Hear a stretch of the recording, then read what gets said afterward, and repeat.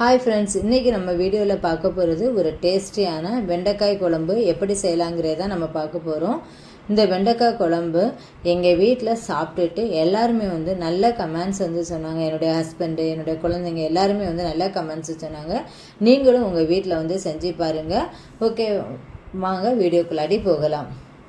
இப்போ நான் ஒரு கடாய் எடுத்துருக்கிறேன். இந்த கடாயில் நம்ம வெண்டைக்காயை வதக்கிறதுக்கு நம்ம ஆயில் சேர்த்துக்கலாம். நான் இன்றைக்கி நல்லெண்ணெய் தான் எடுத்துருக்கிறேன்.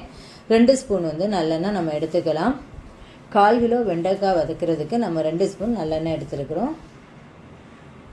வெண்டைக்காயை நம்ம நல்லா வாஷ் பண்ணிவிட்டு ஒரு துணி வச்சு நல்லா தொடச்சி எடுத்துக்கலாம். அப்போ தான் அந்த வெண்டைக்காய் வளவளப்பு தன்மை இருக்காது. ஈரத்தன்மை இருந்து அப்படின்னா வெண்டைக்காய் வதங்கும் போது நமக்கு அந்த வளவளப்பு தன்மை இருக்கும்.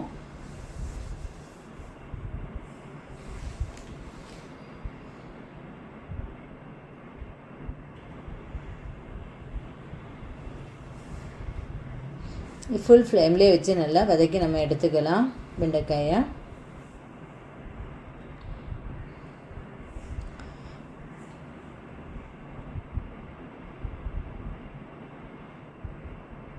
வெண்டைக்காய் வதங்கியாச்சு. ஸ்டவ்வை சிம்மில் போட்டுட்டு நம்ம ஒரு பாத்திரத்துக்கு இதை மாற்றிடலாம்.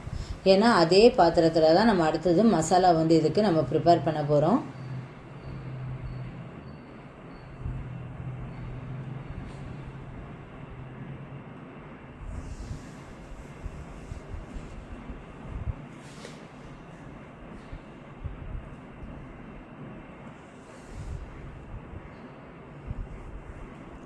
இந்த கடாயில் நம்ம 1 ஸ்பூன் ஆயில் சேர்த்துக்கலாம். நான் நல்லெண்ணெய் தான் எடுத்துருக்கிறேன்.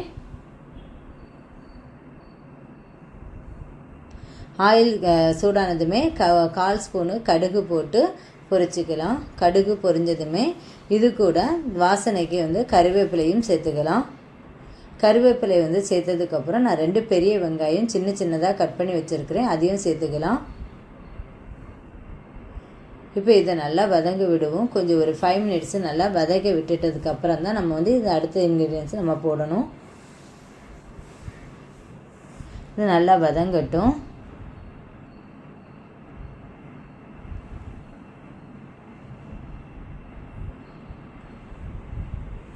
இது வதங்கியாச்சு. நான் 2 சிறிய தக்காளி எடுத்துருக்கிறேன். மீடியம் சைஸு தக்காளி தான், அதை சின்ன சின்னதாக கட் பண்ணி வச்சுருக்கிறேன். இந்த வெங்காயம் வதங்கினதுமே அந்த தக்காளியை இதில் சேர்த்துக்கணும்.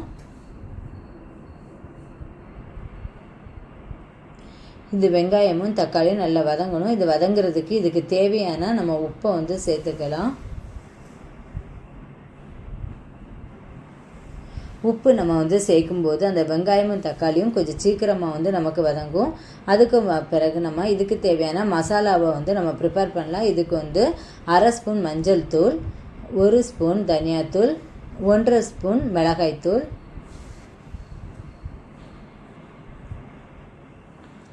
1/2 ஸ்பூன் மிளகாய்த்தூள், 1/2 ஸ்பூன் கரம் மசாலா,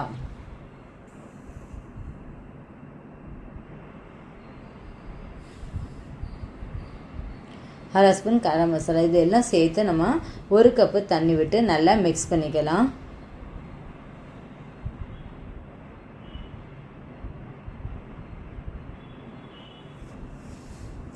நல்லா கரைச்சி வச்சுக்கிறோம்.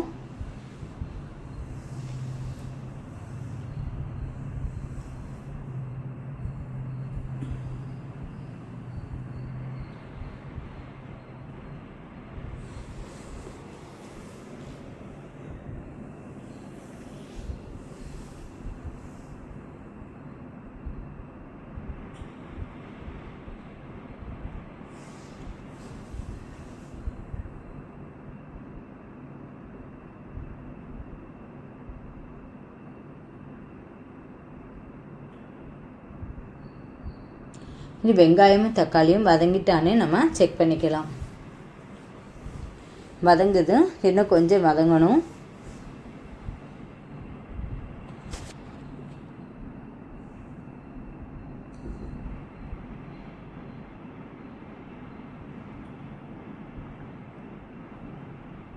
வெங்காயமும் தக்காளியும் வதங்கியாச்சு. இது கூட நம்ம மிக்ஸ் பண்ணி வச்சுருக்கிற மசாலாவை நம்ம சேர்த்துக்கலாம். மசாலாவும் சேர்த்து இதுக்கு தேவையான தண்ணியும் சேர்த்துக்கலாம். இது கூடவே நம்ம 3 கப்பு தண்ணி சேர்த்துக்கலாம். சேர்த்து நம்ம நல்லா கொதிக்க விடணும் குழம்ப. ஒரு பாத்திரத்தை மூடி வச்சு நம்ம வந்து இதை நல்லா கொதிக்க விடலாம் குழம்ப. குழம்பு வந்து நல்லா கொதிச்சாச்சு.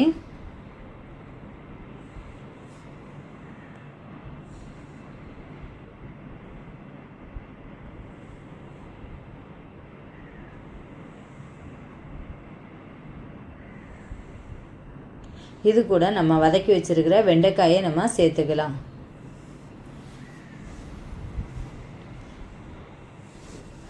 எல்லாம் இனி மிக்ஸ் பண்ணி விட்டு குழம்ப நல்லா கொதிக்க விடலாம்.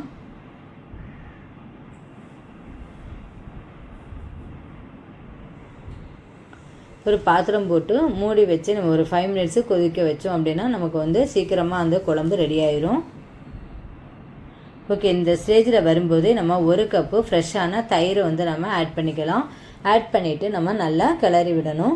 மிக்ஸ் பண்ணி விட்டு தயிர் விட்டதுமே நம்ம ஒரு 5 நிமிஷம் வந்து நம்ம மூடி போட்டு நல்லா கொதிக்க விடலாம்.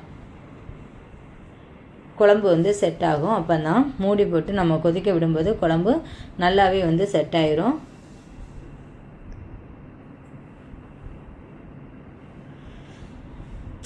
ஓப்பன் பண்ணி பார்த்தா மணக்க அந்த கரம் மசாலா போட்டதுக்கு ஒரு நான்வெஜ் ஸ்மெல் வந்து அந்த வெண்டைக்காய் குழம்புல வந்து நமக்கு வருது.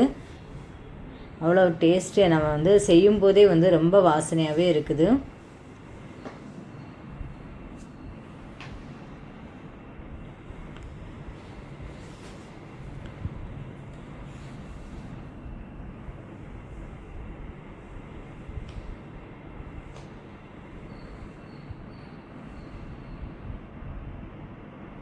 ஓகே ஃப்ரெண்ட்ஸு, குழம்பு வந்து ரெடி ஆகியாச்சு. நம்ம ஸ்டவ் ஆஃப் பண்ணிக்கலாம். ஓகே ஃப்ரெண்ட்ஸு, இந்த சமையல் உங்களுக்கு பிடிச்சிருந்துன்னா லைக் பண்ணுங்கள், ஷேர் பண்ணுங்கள், சப்ஸ்கிரைப் பண்ணுங்கள், பக்கத்தில் இருக்க பெல் ஐக்கானை கிளிக் பண்ணுங்கள். அப்போ தான் நான் போடக்கூடிய ஒவ்வொரு வீடியோவும் உங்களுக்கு நோட்டிஃபிகேஷனாக வரும். நீங்கள் பார்த்து உங்கள் வீட்டில் நீங்கள் செஞ்சு என்ஜாய் பண்ணிக்கலாம். ஓகே, பாய், தேங்க்ஸ்.